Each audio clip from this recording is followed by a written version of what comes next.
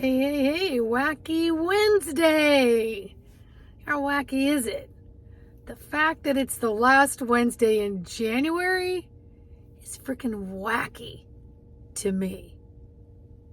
The fact that last Wednesday we were having frigid 11 degrees here in DC, and this Wednesday it's a whopping 54. Feels like a heat wave.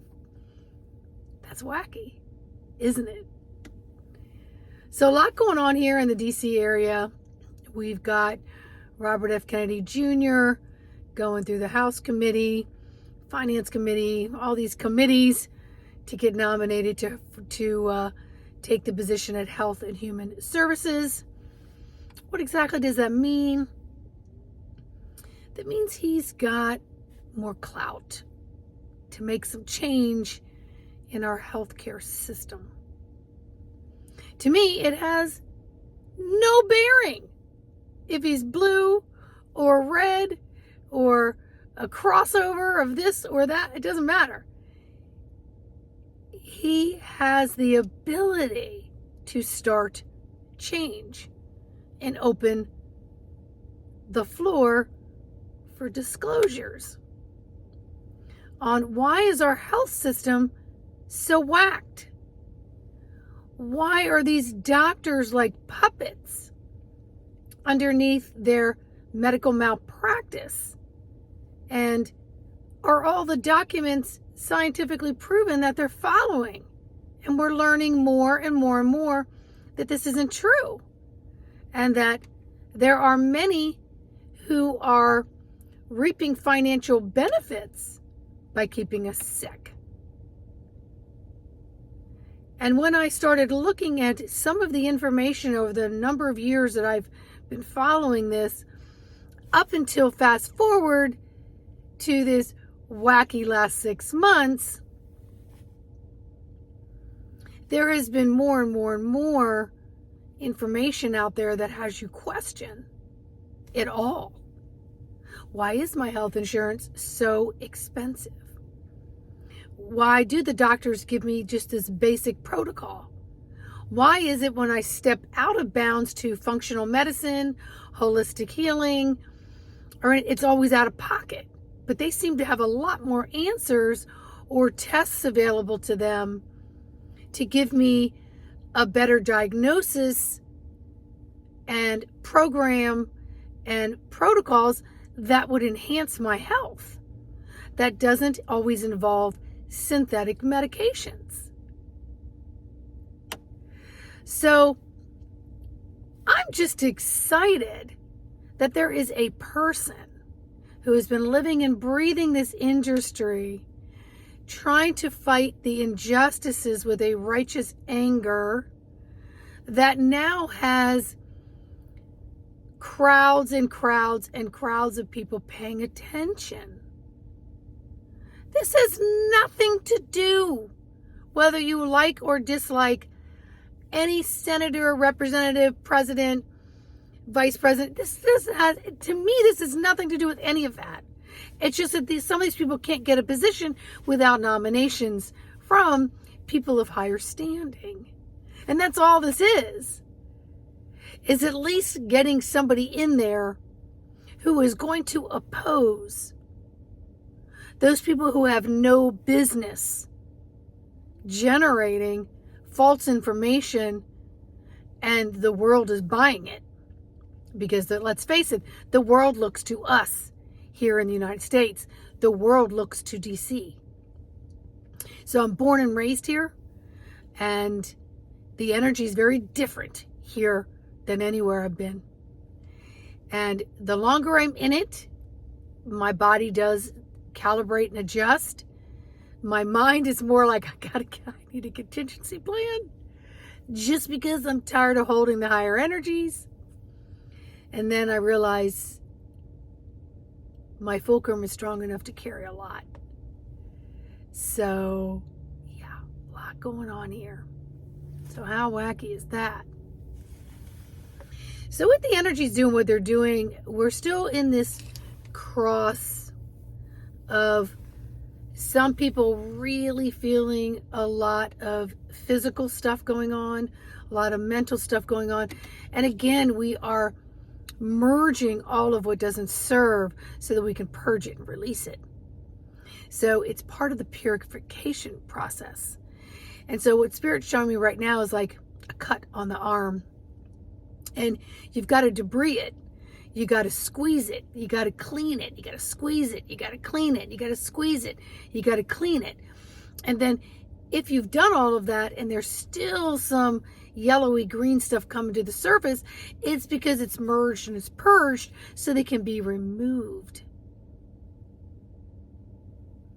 Because if it continues to linger, it's going to cause a widespread problem that can inhibit the higher quality of health around that injury and in your life, physically, mentally, spiritually, etherically, emotionally. So we are in the middle of this merge and this purge still. And it takes time because this cesspool has been brewing for millions of years.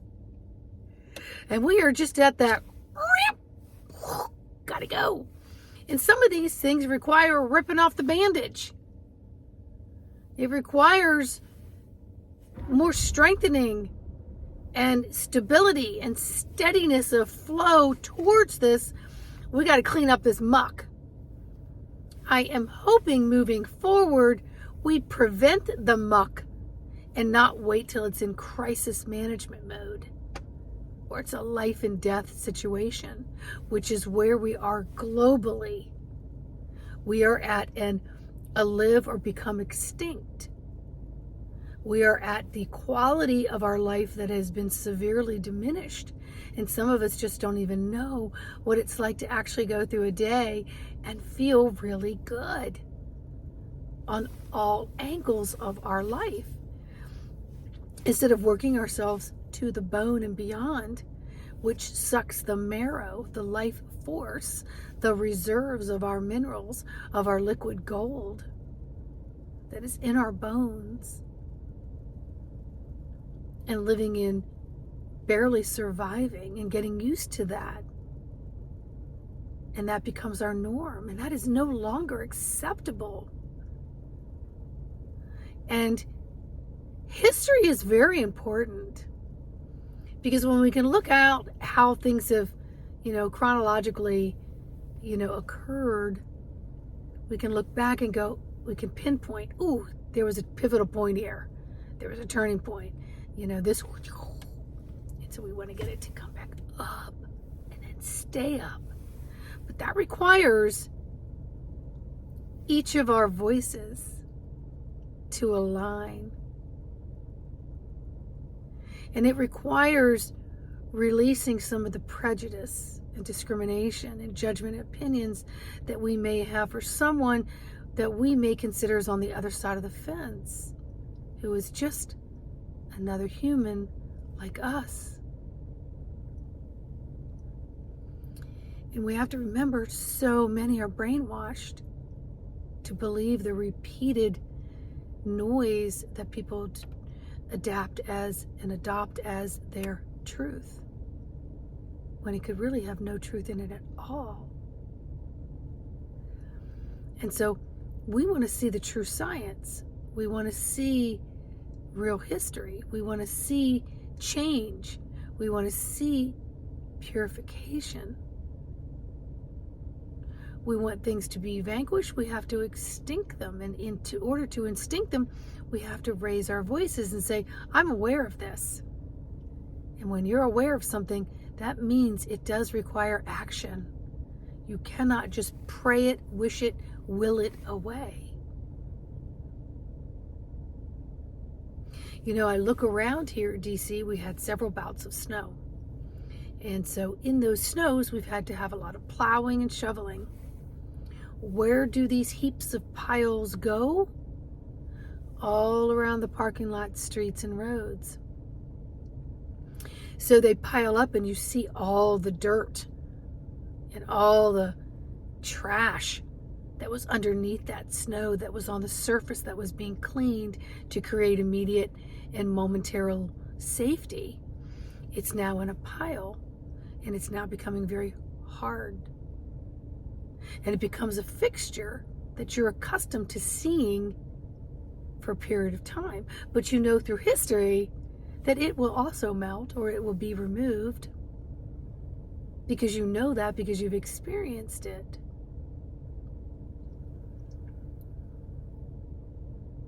We become accustomed to what we're around and what we surround. But we can't make change unless we see that it wasn't always like that, or wasn't the healthiest for each of us individually or collectively. What affects you affects me in whatever part of the world you live in. Your thoughts become my thoughts because they're in the energy wavelengths. I'm not even going to talk about the other life that's here on this planet. But we have to step up and we have to start making change. So if this person, this R.F. Kennedy Jr., has taken it upon himself to crusade on our behalf and to bring awareness to us, give him the damn bullhorn. Let him speaketh. Let him show the scientific wrongness that we have been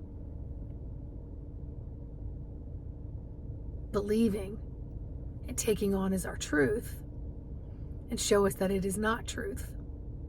That in fact, there's a lot of poisons deliberately placed onto ourselves and into our innocent children, so each generation becomes weaker and weaker and weaker. And what do weak people need? They need strong structure above them, so they're more willing to be compliant, and to believe and to follow, because they're too weak of mind and body, financially and everything, to fight. But when we know that we've been snowed, that we've been covered in the brown stuff way too long, thinking that's our normal everyday coat of armor, we've got to release that and remember who we really are as God source beings, the God of all of us, in each of us, the divine source creator of all that is. I am the divine source creator of all that is. I am. So for me, I owe it to myself to step up for my children and my grandchildren and my nieces and my nephews and the next generation. I owe it to myself and to the God within me to do better by the older generations that have come before me. Woo! It's bringing up some emotion. It's probably why I do elder care. It's one of my jobs. It's probably why I've taught infant massage and been there for mothers to be with the fathers to bring in new life with higher forms of respect and love, and to command it so.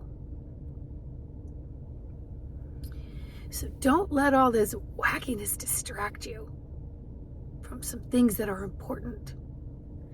Don't let other people's opinions, judgments, be the predisposition on why you may go against something without really thinking about it individually and tapping into that main source flow, that reservoir of your heart. And the more that you do that, it will take over full domination. And it will help to work synergistically with mind. So you have some logic, and then you also have the higher heart feeling of things. And individually, you come to the decision that you support or don't support something, or that you just want the truth. And whoever is willing to get up there on the pulpit and truly, truly, truly open up and share the possibility that things have been disguised, masqueraded, and deceitfully so, to brainwash you. It's not so wacky after all now, is it? Because it's been going on since the beginning of time to control the masses.